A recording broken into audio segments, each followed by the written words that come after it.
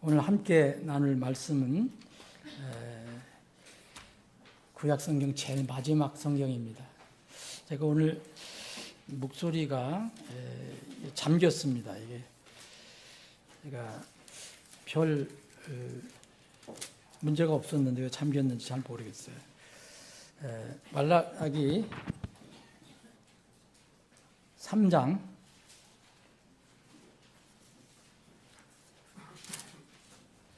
말라기 3장 13절부터 15절까지 제가 3절만 읽겠습니다. 그리고 오후에 계실 분들은 오후에 또 계속해서 말라기 말씀을 나누겠습니다. 제가 가지고 있는 성경을 읽겠습니다. 주가 말하노라. 너희 말들이 완악하게 나를 대적하였도다. 그러나 너희는 이르기를 우리가 무슨 말을 그렇게 많이 하여 주를 대적하였나이까 하는도다. 너희가 이르기를 하나님을 섬기는 것이 헛되도다. 우리가 그분의 규례를 지킨 것과 만군의 주 앞에서 애통해야 하며 걸어온 것이 무슨 유익이 있느냐. 지금 우리는 교만한 자가 행복하다 하고 참으로 악을 행하는 자들이 세워지고 참으로 하나님을 시험하는 자들이 심지어 구출을 받느니라 하는도다. 아버지 하나님, 긴 세상 명절 한가운데 있는 주의 날, 주님께서 우리 죄를 위해서 십자가에서 피 흘려 죽으시고 묻히셨다가 영광의 부활을 하신 그 날을 기념해서 모이기 시작한 주의 첫날, 우리가 이렇게 하나님 주에 모여서 구원의 기쁨과 감격, 감사를 가지고 주님을 예배하고 경배할 수 있고 찬양할 수 있게 해주심을 감사합니다. 지금 이 시간에 또 우리에게 생명의 양식을 공급해 주심을 감사합니다. 말씀은 사람의 말이 아니고 하나님께서 우리를 위해서 기록해 주신 말씀입니다. 이 말씀 앞에 우리가 겸손히 부복하고 주님의 그 음성을 듣는 시간이 되게 해 주시옵소서. 거룩하신 예수님의 이름으로 기도합나이다. 아멘. 구약 시대는 영적으로 암울한 상태로 끝이 납니다. 신약이 시작되기 전에 약 400년이라는 하나님께서 계시를 해주시지 않으세요. 하나님께서 침묵하시는 그 기간이 있습니다. 그 침묵 시기가 바로 이 말라기 계시를 끝으로 400년 동안 길게 계속됩니다. 하나님의 계시가 중단된 기간, 이 어두운 때에 이스라엘 백성들의 영적인 상태를 잘 드러낸 것이 바로 말라기입니다.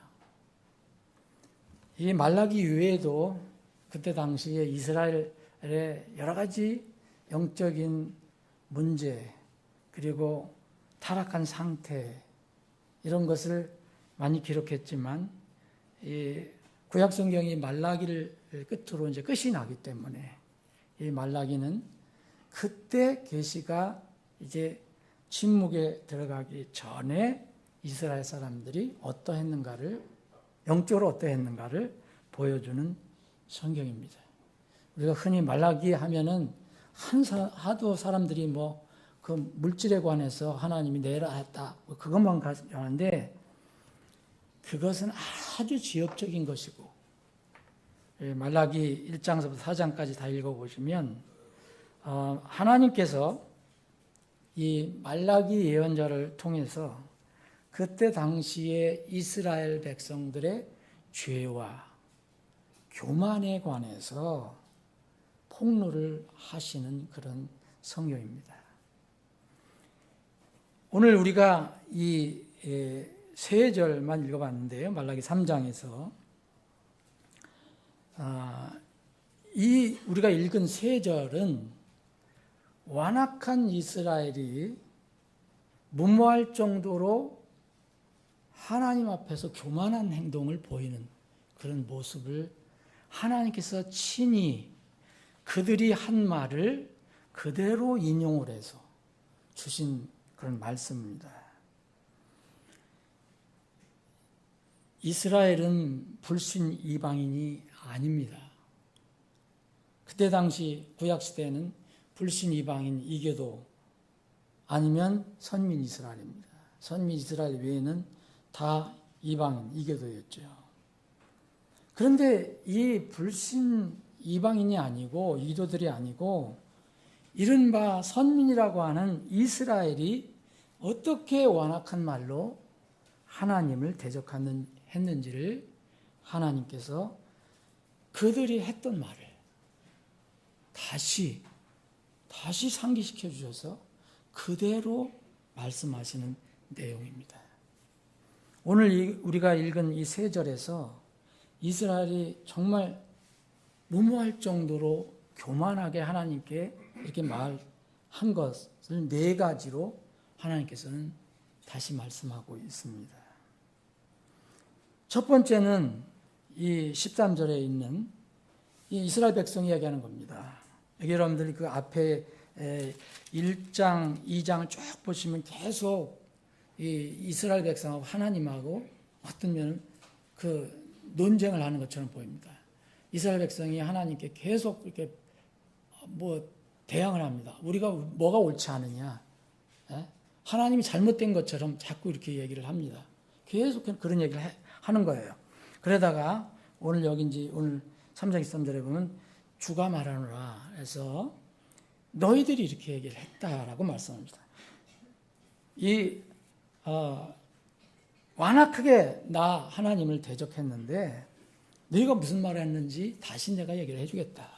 그러면서 우리가 무슨 말을 그렇게 많이 해서 주를 대적하였습니까? 라고 주님께 항의를 하는 겁니다. 하나님께 인간의 논리로 따지는 이스라엘의 교만이 여기 들어가 있습니다. 잠언 12장 15절에 보면 어리석은 자의 길은 자기 눈에 옳다 얘기합니다. 항상 그렇습니다. 사람의 교만해지면 이 자기가 가는 길을 늘 옳다고 생각하고 상대방에게 그렇게 강요를 합니다. 나는 옳다. 그러면서 이 잠언 12장 15절에 보면 어리석은 자의 길은 항상 자기 눈에 옳은데 정말 조언에 귀를 기울이는 자는 지혜로우니라 그랬습니다. 조언에 귀를 기울이는 것. 여러분 성경 말씀은 다 하나님 어떤 면은 조언입니다. 우리에게 권면해 주시고 때로는 경고해 주시고 또 때로는 정말 어드바이스 해주는 겁니다.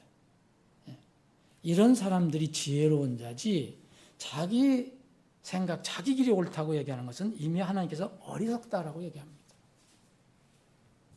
잠언 20장 6절에 보면 대부분의 사람들이 겸손하고 경건한 사람도 있지만 대부분의 사람들이 저마다 자기가 선하다고 외친다고 나옵니다. 나 선합니다. 내가 옳습니다. 라고 외치려니와. 그런데 하나님 입장에서는 누가 신실한 사람을 찾을 수 있으리요? 이렇게 말씀하십니다.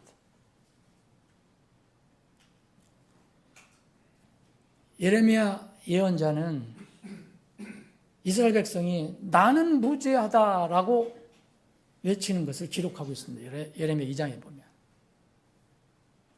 하나님께서 그렇게 말씀하셨는데도 나는 무죄합니다.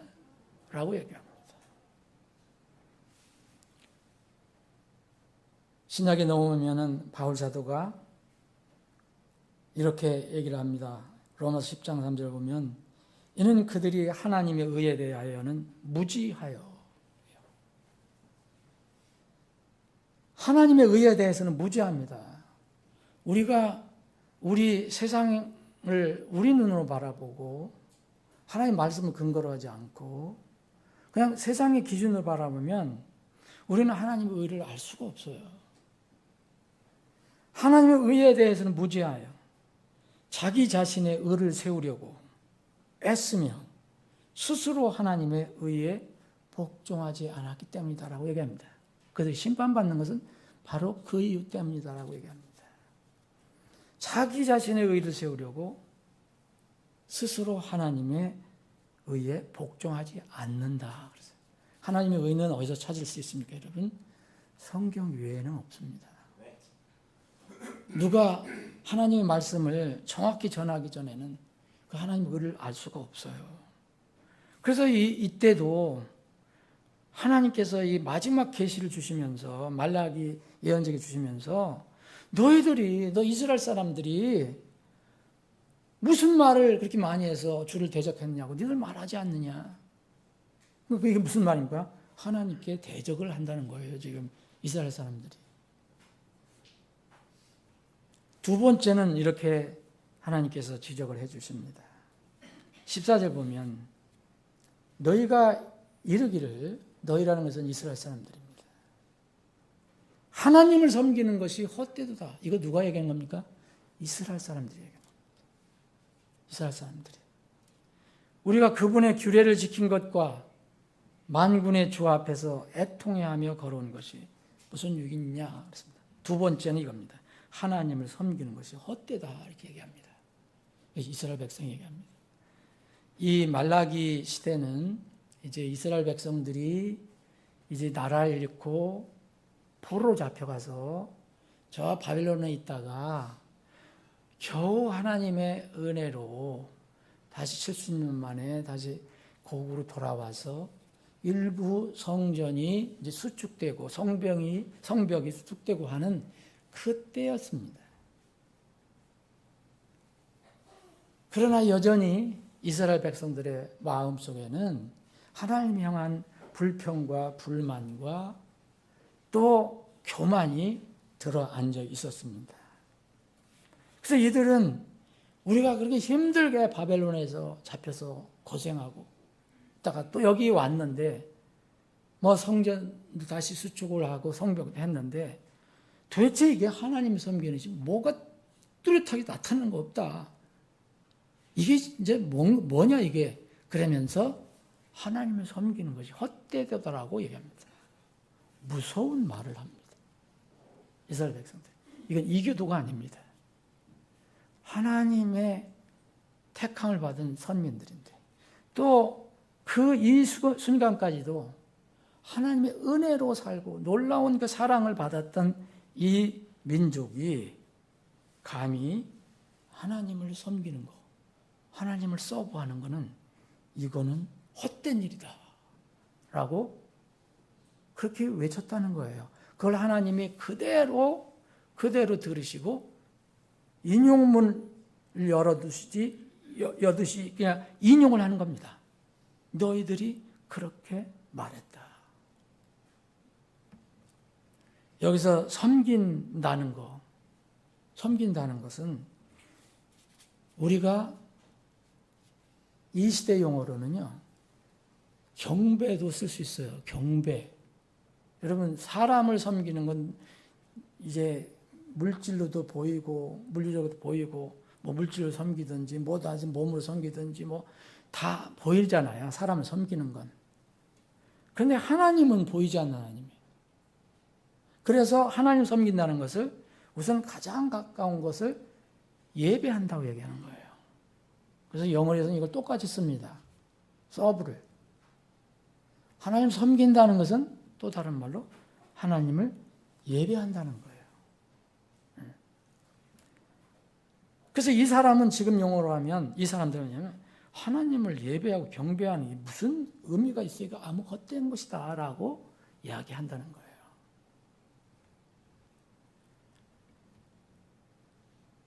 바울 사도는 이렇게 얘기합니다. 이스라엘 사람들이 참으로 지금도 눈을 못 뜨고 있는데 이스라엘 사람들이 참 어리석다. 이게 그 율법에 매여 있어서 뭐 하나님의 그 은혜를 잘 깨닫지 못한다라고 얘기하면서 로마서 11장을 보면 이런 얘기를 합니다. 이스라엘이 앞으로 남은 자가 구원을 받게 되는데 이 이스라엘 사람들을 구원해 주시기 위해서 그들에게 또 불신 상태에 있게 하신다는 거예요. 그러면서 이런 말씀을 합니다. 로마서 12장 30절 보면 이는 하나님께서 그들 모두를 불신에 가두어 두신 것은 그분께서 모든 사람에게 긍휼을 베풀려 하시기 때문입니다. 오 깊도다 하나님의 지혜와 지식에 부여하며 그분의 판결들은 헤아릴 수 없으며 그분의 길들은 찾지 못하는데 이방인들이 이스라엘이 눈먼으로 인해서 눈을 뜨게 됩니다.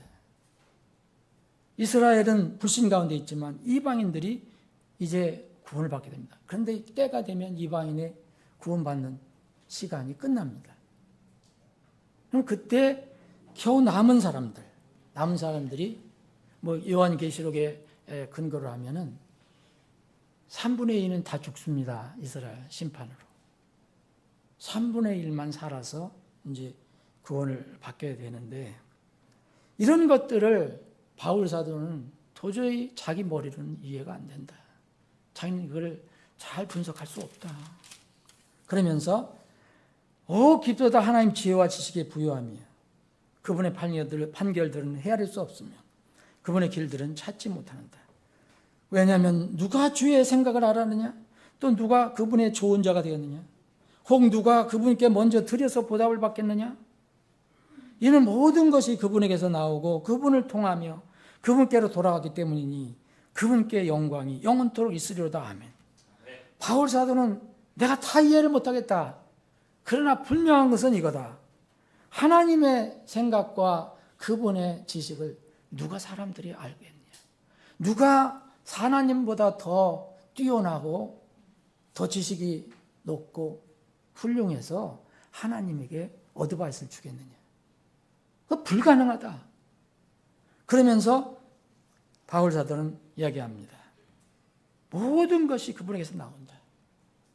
그분을 통해서 또 그분께로 다시 돌아간다. 그래서 결론, 그분께 영광이 영원토록 있기를 원한다. 여러분, 우리가 때로는 뭔가를 이해하지 못하더라도 이런 고백이 나와야 됩니다. 우리가 이해하지 못한다고 하나님을 의심하거나 하나님에 대한 우리의 믿음이 약해지거나 하면 그것은 참 위험한 것입니다. 그러면서 바울 사도는 이 11장을 끝내고 12장에서 이렇게 합니다. 그러므로 형제들아 내가 하나님의 긍휼을 힘입어 너희에게 간청하노니 너희는 너희의 몸을 거룩하고 하나님께서 받으실 만한 살아있는 희생물로 드리라. 그 로마에서 편지를 받는 로마에 있는 로마 교회의 성도들에게 얘기합니다. 너희들 살아있는 그 몸을 하나님께 희생물 드리라. 이게 말이 잘 안 맞는 말이거든요. 희생물은 죽는 거잖아요. 그런데 너희들은 지금 뭐 여기 살아있지 않냐? 구원받고 살아있지 않냐? 그러니까 죽은 것처럼 그렇게 희생물로 드려라. 그러나 너희들 몸은 지금 살아있지 않냐? 그래서 살아있는 희생물로 드리라고 했습니다. 원래 구약에는 희생물은 살아있는 게 없어요.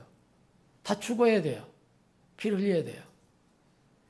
이것은 구원받은 살아있는 사람들, 구원받아 살고 있는 사람들, 움직이는 사람들을 향해서 하는 겁니다. 이것이 너희의 합당한 섬김이니라 그랬어요.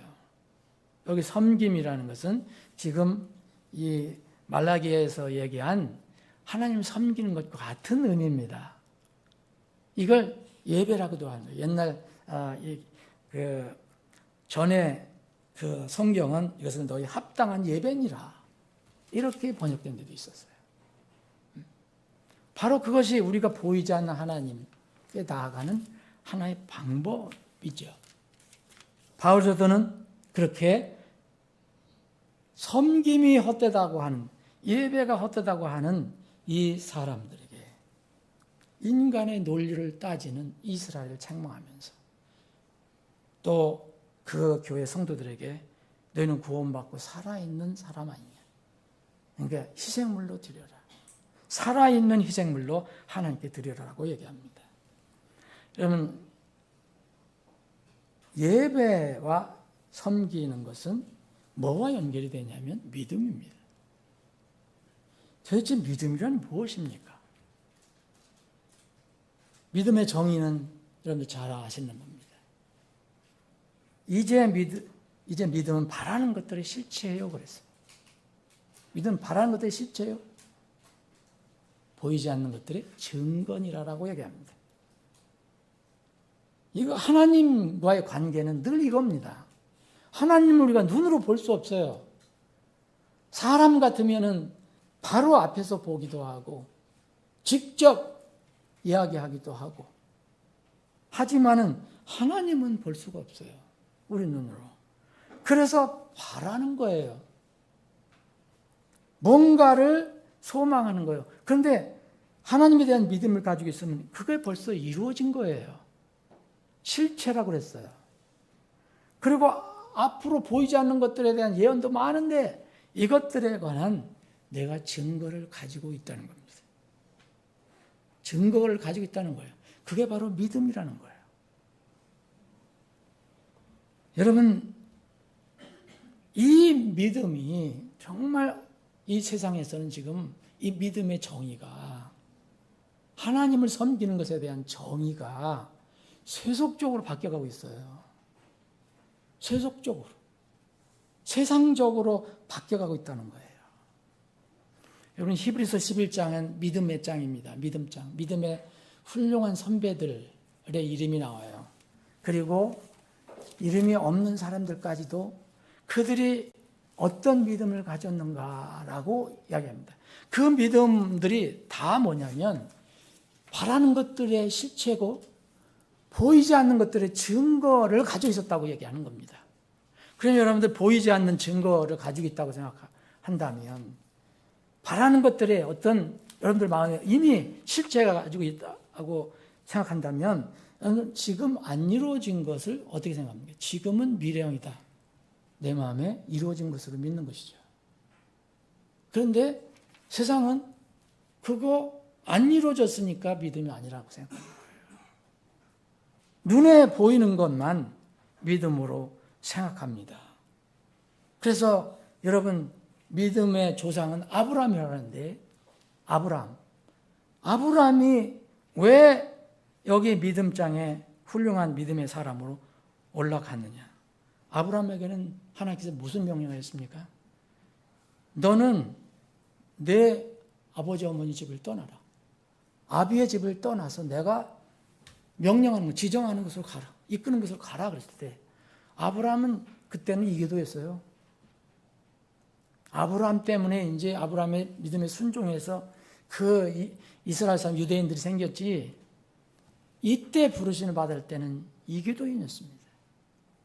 근데 그 아무것도 볼 수 없는 거 하나님께서 나타나서 하나님 말씀 주셨어요.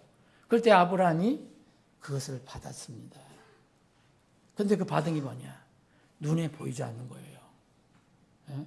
앞에 있는 것도 아니고 너가 알지 못하는 것으로 내가 너를 일도 안 돼. 너 떠나라. 아비 집을 떠나라.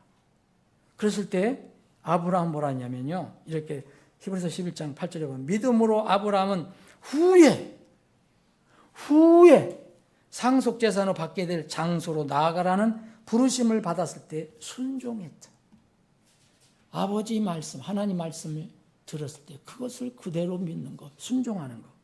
또 자기가 어디로 가는지 알지 못하고 나아갔느니라.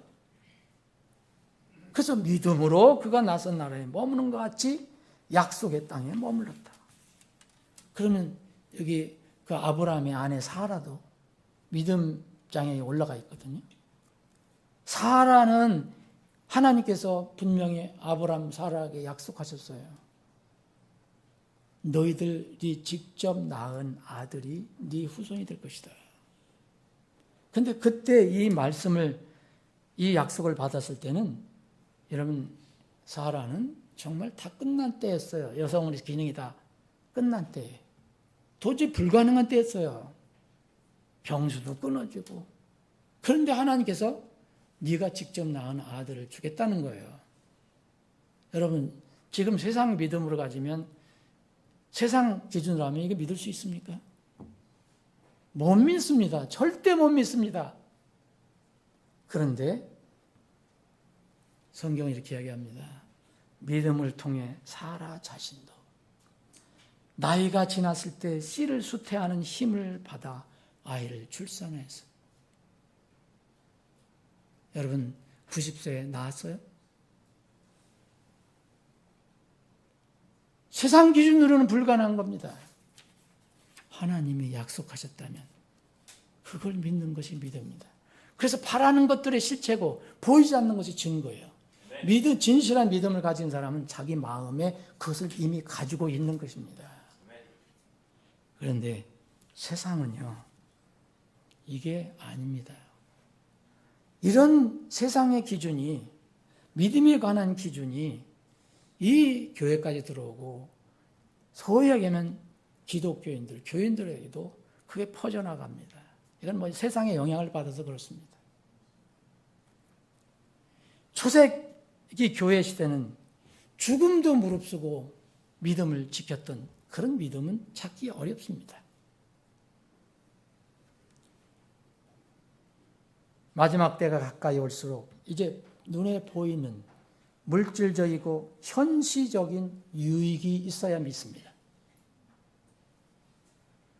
현시적인 성과가 있어야 이것은 믿음이고 이건 내가 믿음 생활을 하는 거라고 생각합니다.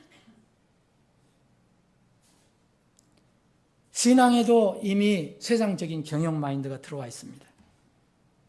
경제 마인드가 들어왔어요.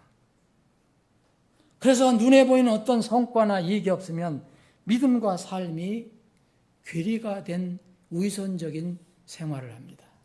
이것이 바로 이 구약의 마지막 컴컴할 때, 계시가 끝날 때, 이 말라기 시대에 이스라엘 백성들이 가지고 있었던, 소위 그들이 가지고 있었던 믿음입니다. 하나님은 압니다. 그래서 하나님께 대항을 합니다. 자기 믿음을 가지고, 자기 생각을 가지고 하나님이 잘못됐다고 얘기를 합니다.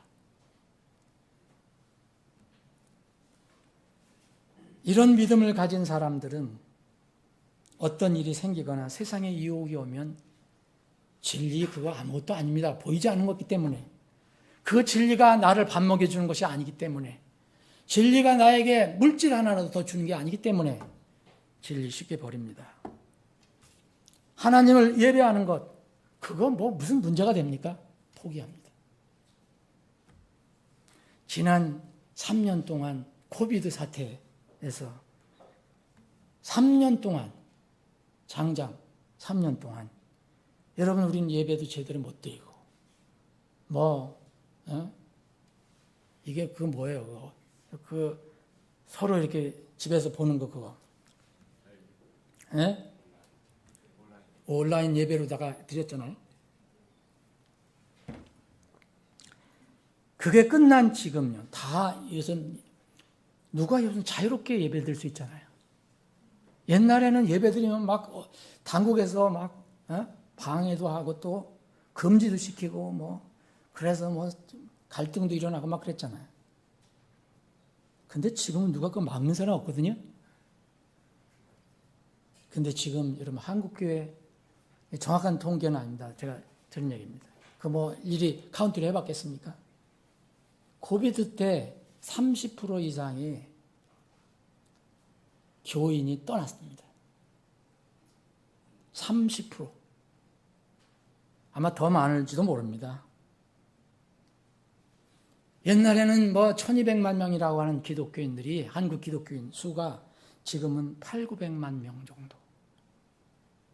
그것도 로마 카톨릭을 포함해서. 여러분, 안타깝지만 성경을 믿는다고 하는 교회들도, 우리와 같은 독립침례교회도, 어떤 교회는 30% 이상 그 코로나 사태 때 안 나오더니 끝내 안 나온다는 거예요. 여러분, 이것은 믿음이 아닙니다. 이스라엘 백성들은 하나님을 섬긴다고 했는데, 자기도 선민으로 선택받아서 했는데 뭐 이익되는 게 없어요. 눈에 보이는 거. 얼마나 하나님께서 큰 은혜를 주신 건데, 날마다 사는 것이 은혜인데. 어떤 사람들에게는 믿음은 원하는 것이, 자기가 원하는 것이 물리적으로 이루어져야 되고, 내가 이 세상에서 필요한 것들을 얻는 수단이 되어야 합니다. 하나님은 예배의 대상이 아니라 나와 거래하시는 분이에요. 헌금을 드리면 원금과 함께 몇 배의 이자를 붙여서 주시는 분으로 됐어요. 예배를 드리면, 교회에 와서 예배를 드리면 뭔가 그날 나한테 뭐가 있어야 돼요. 내게 물리적인 이익, 무슨 유익이 있어야 된다는 겁니다. 말라기 시대가 그랬습니다. 지금 이 시대도 비슷합니다. 세 번째 이야기합니다. 우리가 그분의 규례를 지킨 것과 만근의 주 앞에서 애통해하며 걸어온 것이 무슨 유익이 있느냐 그래요. 여러분, 규례를 지키는 것은 이스라엘 백성에게 주신 하나님의 그 법명령을 얘기하죠.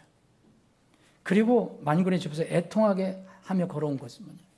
걸어왔다는, 쭉 걸어왔다는 거고, 애통했다는 것은 주로 이제 이스라엘 백성들은 뭐 우리가 명절 공부를 했지만, 대표적인 명절 같은 데는 이 금식을 많이 했잖아요.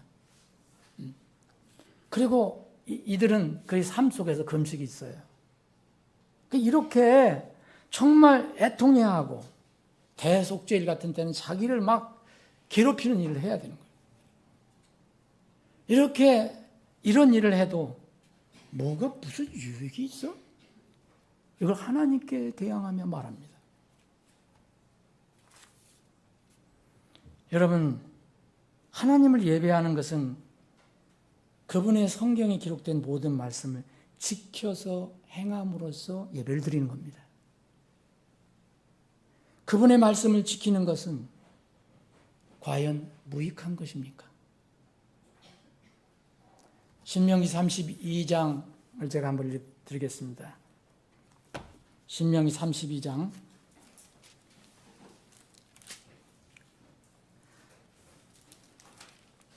45절, 모세가 이 모든 말씀을 온 이스라엘에게 말하기를 마치고 그들에게 이르되, 내가 이날 너희 가운데서 증언하는 모든 말을 너희 마음에 두고 너희 자녀들에게 명령하여 이 율법의 모든 말씀을 지켜 행하게 하라. 이는 그것이 너희에게 헛된 것이 아니요 너희의 생명이기 때문이라. 여러분, 이스라엘 백성에게는 그 하나님 말씀이 생명이었어요. 이걸 떠나면 자기들이 죽어요. 이것이 절대 헛된 것이 아니다. 이거는 너희에게는 하나님의 말씀이 생명이다. 그래서 그 생명인 그 하나님의 말씀, 이들이 얘기하는 하나님의 규례를 지킨 것, 이것은 무익한 것이 아닙니다. 너희들은 교만해져 갖고, 영적으로 눈이 어두워져 갖고, 세상에 크게 물들어서 이렇게 얘기를 합니다. 성경 전체를 보면 말씀을 지키는 것이 헛된 것이 아니고, 하나님 외에 다른 것을 믿고 의지하는 것이 헛되다라고 말합니다. 아멘.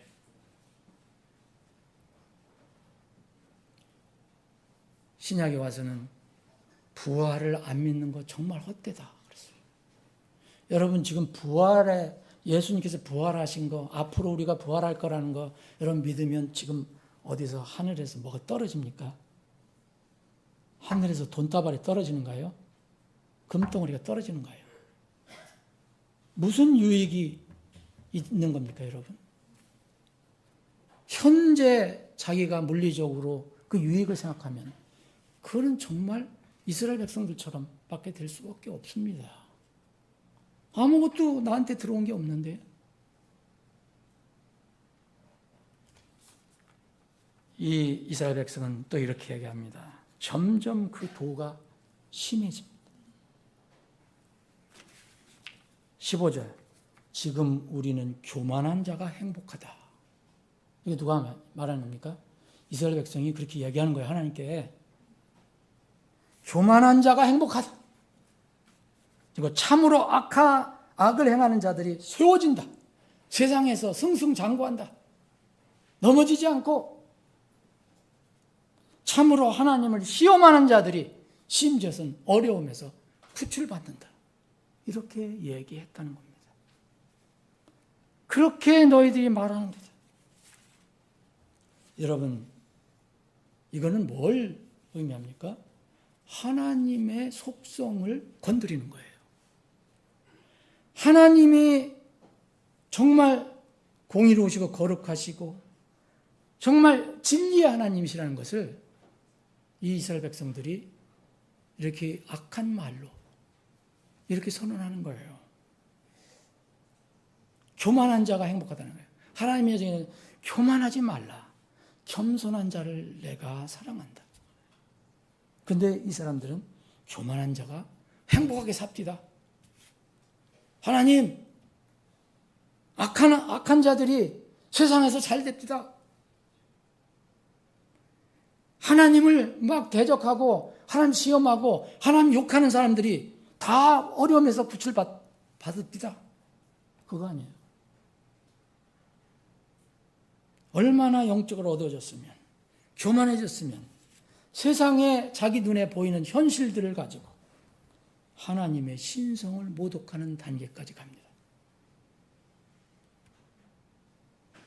거룩하시고 공의로우신 진리 하나님을 불공정하고 악을 행하시는 하나님으로 아주 정해버립니다. 모독하고 맙니다. 여러분, 이런 사람들이 어떻게 될 것인가는 그 뒤로 정리가 되어 있습니다.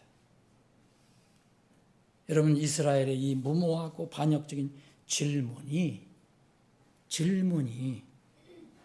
만약 이스라엘 백성이 하나님께 한 게 아니고 우리가 지금 하나님 믿는다고 하는 하나님의 백성, 성도들에게 이스라엘 백성이 이런 사람들이 여러분들에게 이렇게 질문했으면 여러분은 어떻게 대답하실 것입니까? 내가 그래도 믿었다고 하는데 그 하나님 섬기는 거 헛되다. 내가 그분의 말씀을 지키는 거, 그분의 말씀대로 살아가는 게 무슨 유익이 있느냐? 당신 얘기해 보시오. 그럴 때 여러분 어떻게 답하실 겁니까? 여러분, 이 질문에 답하려면 먼저 스스로 자기에게 질문할 게 있어요. 여러분 스스로에게 질문할 게 있습니다. 나는 내 육안에 보이지 않는 하나님이 살아계신 하나님을 진실로 믿는가? 이거 답하셔야 돼요. 나는 정말 보이지 않는 천국, 지옥이 있음을 진실로 믿는가? 믿음으로 천국에 들어가고 믿지 않는 그 불신앙의 죄는 천국이 아닌 반대 장소, 지옥에 떨어진다는 것을 정말 말씀 통해서 믿는가? 이거 여러분 답하셔야 돼요. 그리고 여러분들 참으로 나는 믿음을 통해서 죄에서 구원받아서 불타는 지옥에서 탈출했다는 것을 분명히 믿을 수 있는 거예요. 이런 스스로의 질문에 정직하게 그렇습니다, 아멘입니다라고 답할 수 없는 사람은 구원을 받지 못한 사람입니다. 진실로 구원받은 사람은 이렇게 답을 할 수 있습니다. 만약 여러분들이 진실로 그렇다고 답할 수 있다면 이제는 이스라엘이 하나님께 던진 질문이 여러분들에게 왔을 때 여러분 답변해 보십시오. 여러분, 하나님을 섬기는 것이 헛된 것입니까? 하나님의 말씀, 그분의 명령과 규례를 지키는 것이 유익하지 않은 것입니까? 그거 쓸모없이 아무 유익도 없는 겁니까? 여러분, 에서는 출생할 때 장자권을 받았어요. 그런데 그는 이 장자권이, 믿음으로 얻은 이 장자권이 아무 유익이 없는 것으로 멸시하며 살았어요. 결정적일 때가 왔어요. 자기 동생 야곱이 형의 장자권을 이제 탐이 나서 그것을 얻기를 원했어요.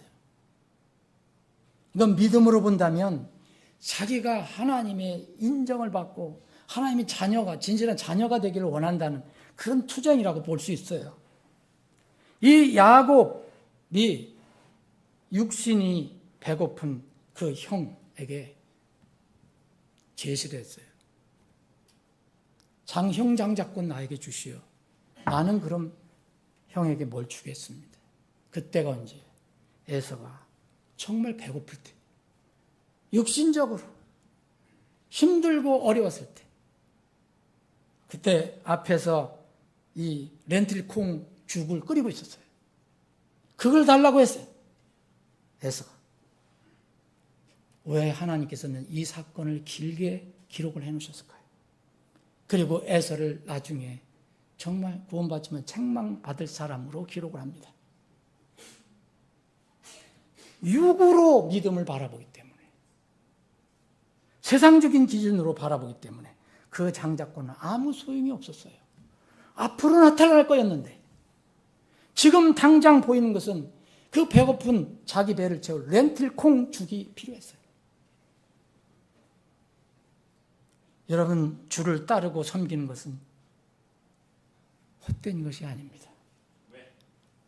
그러나 구원받지 못한 사람, 육만 생각하는 사람들은 주를 예배하고 그분의 말씀을 지키는 것은 정말 유익을 찾기가 어려울 거예요. 말씀을 정리하겠습니다. 여러분, 이 땅에서 물리적인 이익이나 유익이 신앙의 전부라면 우리는 가장 비참한 자들입니다. 고린도서 15장 19절에 이런 말씀이 있습니다. 만일 우리가 오직 이 세상을 사는 동안에만, 만일 우리가 오직 이 세상을 사는 동안에만 그리스도 안에서 소망을 갖는다면 모든 사람들 중에서 우리가 가장 비참한 자니라. 뭐하라 그 부활을 기다리고 있습니까? 아니, 그거 없다면, 그 세상 사람들이 생각하는 거라면 그건 뭐 눈에 보이지 않는데. 그래서 정말 우리가 이 세상을 육으로 사는 동안에만 그런 소망이 있다면 그거 가장 비참한 자입니다. 하나님이 없는 세상, 육신 안에서의 수고는 유익이 없습니다. 하나님이 없는 건 유익이 없어요.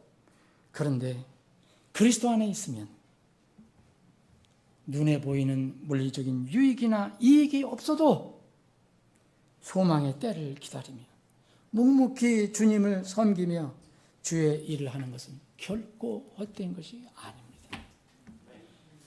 고린도전서 15장 읽고 말씀 마치겠습니다. 고린도전서 15장